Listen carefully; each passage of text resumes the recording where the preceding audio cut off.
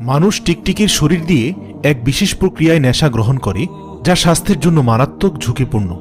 কেন টিকটিকিকে প্রথম আঘাতে হত্যা করলে রাসূল সাল্লাল্লাহু আলাইহি সাল্লাম ১০০টি নেকির ঘোষণা দিয়েছেন? নবী ইব্রাহিম আলাইহিস সালামকে আগুনে পোড়াতে টিকটিকি কেন সাহায্য করেছিল? আর কেনই টিকটিকি মানুষের মৃত্যুর কারণ হতে পারে? বিস্তারিত জানতে ভিডিওটি শেষ পর্যন্ত দেখুন।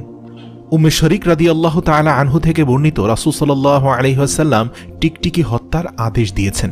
তিনি বলেছেন, ইব্রাহিম আলাইহিস সালামকে যখন আগুনে নিক্ষেপ করা হয়েছিল, তখন এই টিকটিকি ফু দিয়ে আগুন জ্বালাতে সাহায্য করেছিল।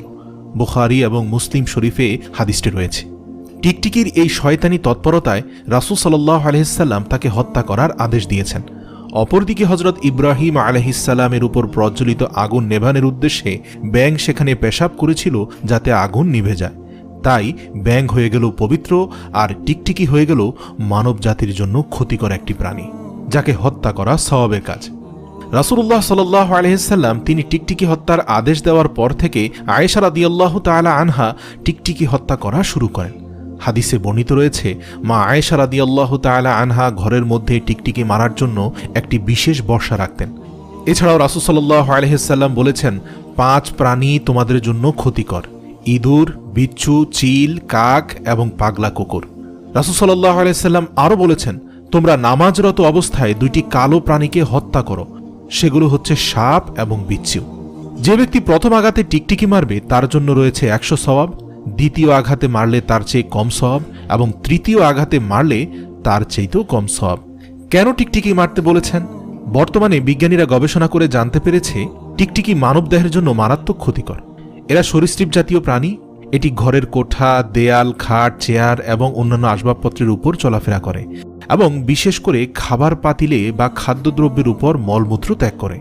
পৃথিবীর অন্য যে কোনো সরীসৃপ প্রাণীর থেকে টিকটিকির পায়খানা বা মল অত্যন্ত ক্ষতিকর মানব শরীরের জন্য, বিশেষ করে যদি তা মানুষের খাবার দ্রব্যের সাথে মিশে যায়। আর টিকটিকি তো খাদ্যদ্রব্যের উপরে চলাচল করতে পারে, তখন তারা খাবারের মধ্যে তাদের বিষাক্ত লালাও ফেলে থাকতে পারে। এতে মানুষের মৃত্যু ঝুঁকি রয়েছে। টিকটিকির প্রধান কাজ হলো মানুষের খাবার নষ্ট করা, বিশেষ করে লবণ, এবং ঘরের যে স্থানে লবণ আছে ঠিক সে বরাবর তার বিষ্ঠা নিক্ষেপ করে। এর লেজে মাদকতা আছে।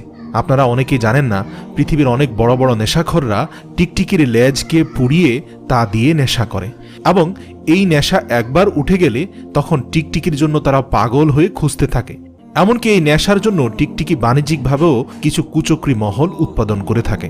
বলা হয়ে থাকে, টিকটিকির নেশাকারী ব্যক্তি 3 থেকে 4 বছরের বেশি বাঁচতে পারে না। এটি এতটাই বিষাক্ত। এটি একদিক থেকে নানাভাবে মানুষের জন্য ক্ষতিকর, এবং অন্যদিকে মরণব্যাধি নেশার উৎস। এজন্য 1400 বছর পূর্বে রাসূলুল্লাহ সাল্লাল্লাহু আলাইহি ওয়াসাল্লাম এই প্রাণীটিকে হত্যা করার নির্দেশ দিয়েছেন। টিকটিকি মহান রব্বুল আলামিনের তরফ থেকে মানব জাতির জন্য একটি পরীক্ষা।